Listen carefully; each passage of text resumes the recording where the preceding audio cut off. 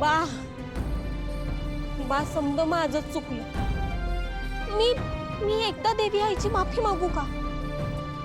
नाही, एकदा आपलं ठरलंय ना, आता मागं वळून नाही बघायचं. अरे पण बा अरे तुझ्या आदित्य साहेबांची गाडी आली.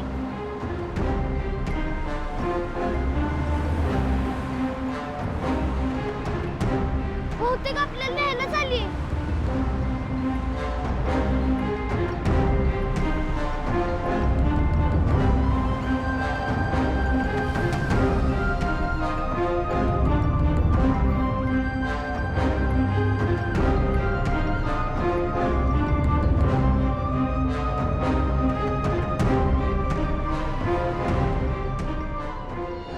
मामा तुम्ही काय कुठे?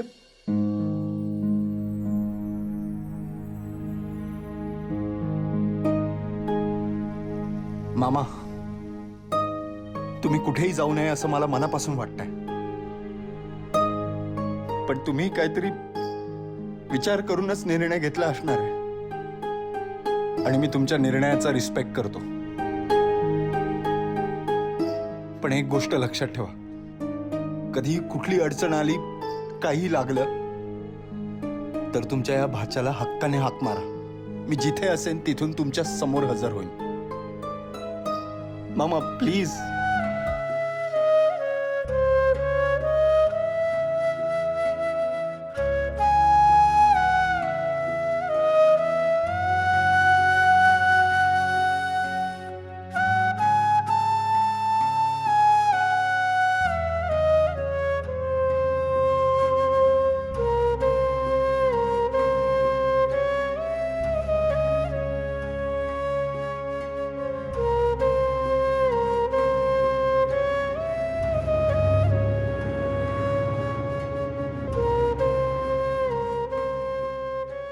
अतिशय महत्त्वाचे कागदपत्र आहेत, हे आपल्या वकिलांना द्यायचे.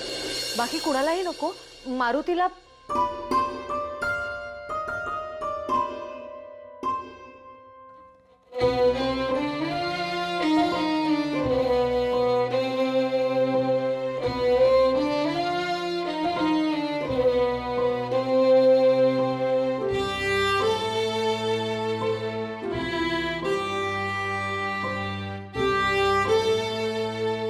मारुतीला आपल्यापासून वेगळं नाही करता येणार. आपल्या आयुष्याचा एक भाग येतो आणि आपण तर कधीच त्याला फक्त ड्रायव्हर नाही मानला.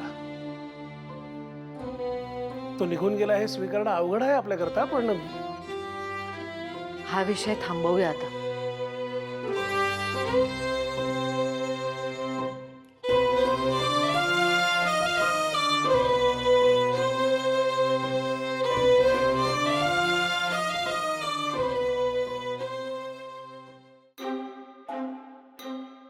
तसंही मी त्याला जायला सांगितलं नव्हतं, तो त्याच्या मर्जीने गेलाय. मी फक्त त्या मुलीला हरकत नाही, त्याची मर्जी. फक्त मारुतीने आज दाखवून दिलंय की त्याला काय जास्त महत्वाचं आहे. कदाचित त्याला आपली गरजही नसेल. आईले तुला खरंच असं वाटतंय? म्हणजे तसं बघायला गेलं तर त्यालाही त्याच्या मुलांची काही जबाबदारी आहेच की. आई विना पोरं आहेत ती. एक बाप जसा वागायला हवा होता तसाच तो वागला. तसंही स्वतःच्या मुलांपासून लांब राहून आपली सेवा केली त्यानं. तू तर त्याला भाऊ मानलंस आणि आपल्या या प्रेमाचा कधीही अपमान नाही केला त्याला. हे बघ, मारुती प्रामाणिक होता, आहे आणि राहीलही. एक सांगू आईला तुला, आपला प्रीतम लाख चुका करतो, पण सगळ्या चुका तू पोटात घालतेस का? कारण तो तुझा मुलगा आहे. अगं, जसं तुला तुझं मूल महत्वाचं आहे तसंच मारुतीने त्याच्या मुलीचा विचार केला. याच्यात त्याचं काय चुकलं?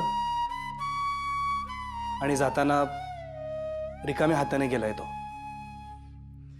आणि मागे फक्त त्याने त्याचं अस्तित्व ठेवले आणि त्यानेच अस्वस्थ होतीस तू. एक नोकर आणि एक बाप यांच्यात बाप जिंकला. तुला माहिती आहे ल्या, चांगली माणसं नशिबानच मिळतात आणि मारुतीची जागा तर कोणीच घेऊ शकत नाही. त्याला गमावून चालणार नाही आपल्याला. प्लीज, जे झालं ते झालं, आता नको विचार करू त्याचा.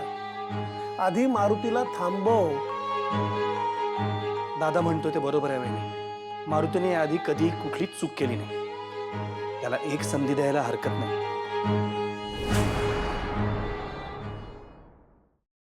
सावित्री, हा मॅडम. मारुतीला बोलावून घे.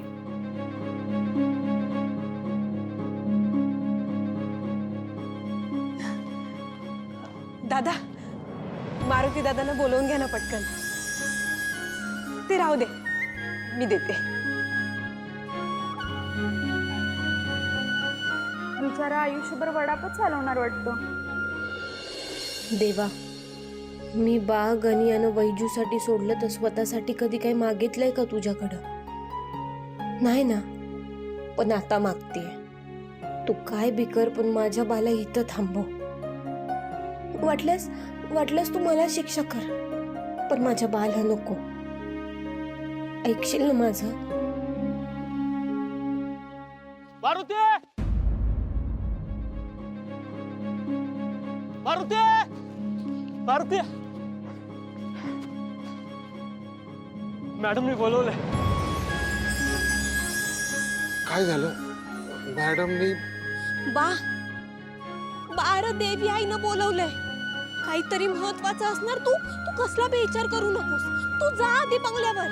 आम्ही गेटवरच थांबतो. हा, तू जा जा जा. चल. आले.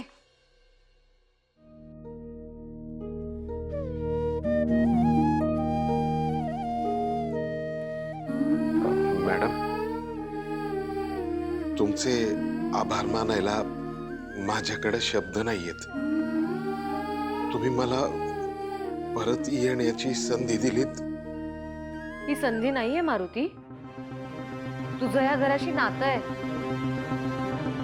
कष्टाचं, प्रामाणिकपणाचं, आपुलकीचं. आदित्य, प्रीतम तुला मामा म्हणतात. मी सुद्धा कधीच तुला ड्रायव्हर म्हणून वागवलं नाही.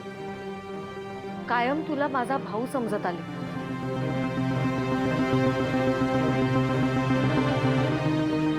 आणि कुणी काहीही म्हणत असलं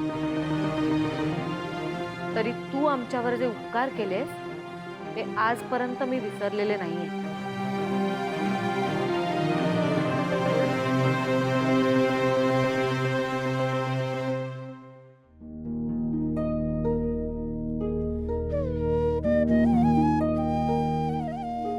मारुती, तुझं मन मोठं आहे म्हणून तुला आठवणार नाही कदाचित, पण मी जेव्हा आदित्याच्या वेळी प्रेग्नंट होते तेव्हा फक्त आणि फक्त तुझ्यामुळे माझा आणि आदित्याचा जीव वाचलाय हे मी आयुष्यभर नाही विसरू शकत.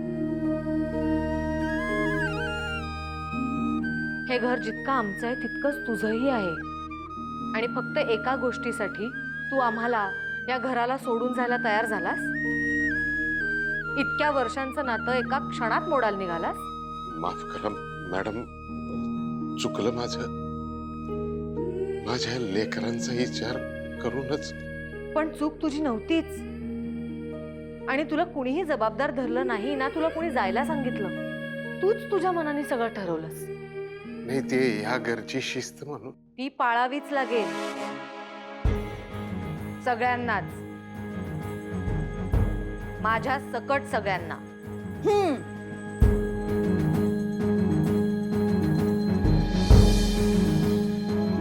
तुझ्या मुलांना कदाचित ह्याची कल्पना नसेल, पण तू त्यांना समजावशील ह्याची खात्री आहे मला. Bye bye. त्यांच्याकडनं परत असं काही होणार नाही. तुझ्या मुलीच्या लग्नासाठी तू तिला इथे घेऊन आलास. एक चांगला मुलगा बघ आणि लग्न लावून टाकायचं. लागेल ती सगळी मदत आम्ही करू. पण तुझी मुलगी जोपर्यंत इथे आहे तोपर्यंत तिने तिची मर्यादा ओलांडता कामा नये हे वेगळं सांगायला नको. आणि तिला माझ्या नजरेसमोरून दूर ठेव. काहीही झालं तरी ती माझ्या समोर येता कामा नये. मारुती, ह्या घरात तुला होता तोच मान मिळेल, पण तुझ्या मुलीसाठी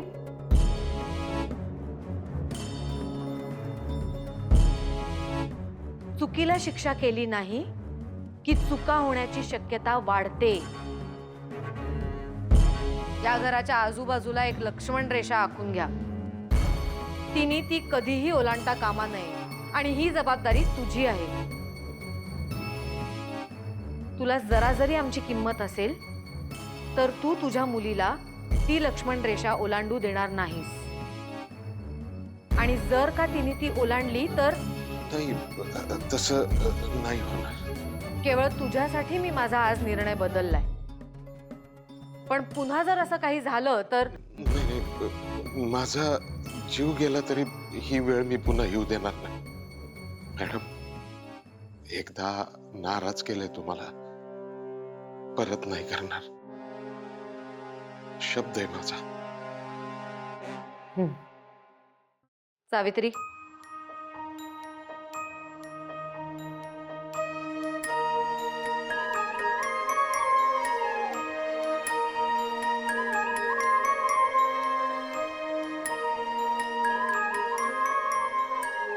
थांब. सावित्री, फाईल आण.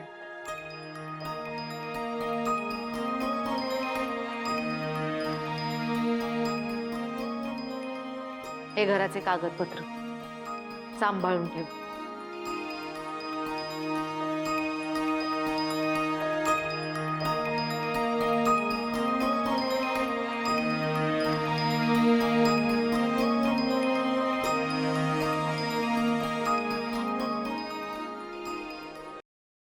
अरे बा बार किती वेळ झालं, काय झालं? अहिल्या मॅडमनी आपल्या समध्या चुका माफ केल्या आणि सगळ्यात महत्वाचं म्हणजे आपल्याला इथं राहायची परवानगी दिली. पर एका अटीवर. कसली अट?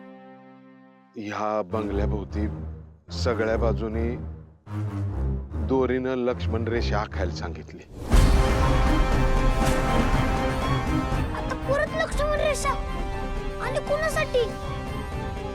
पारूसाठीच.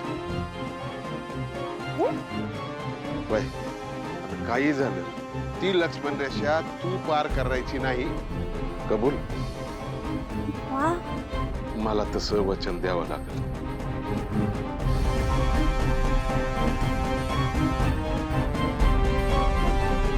अगं, एवढा काय विचार करते पारू?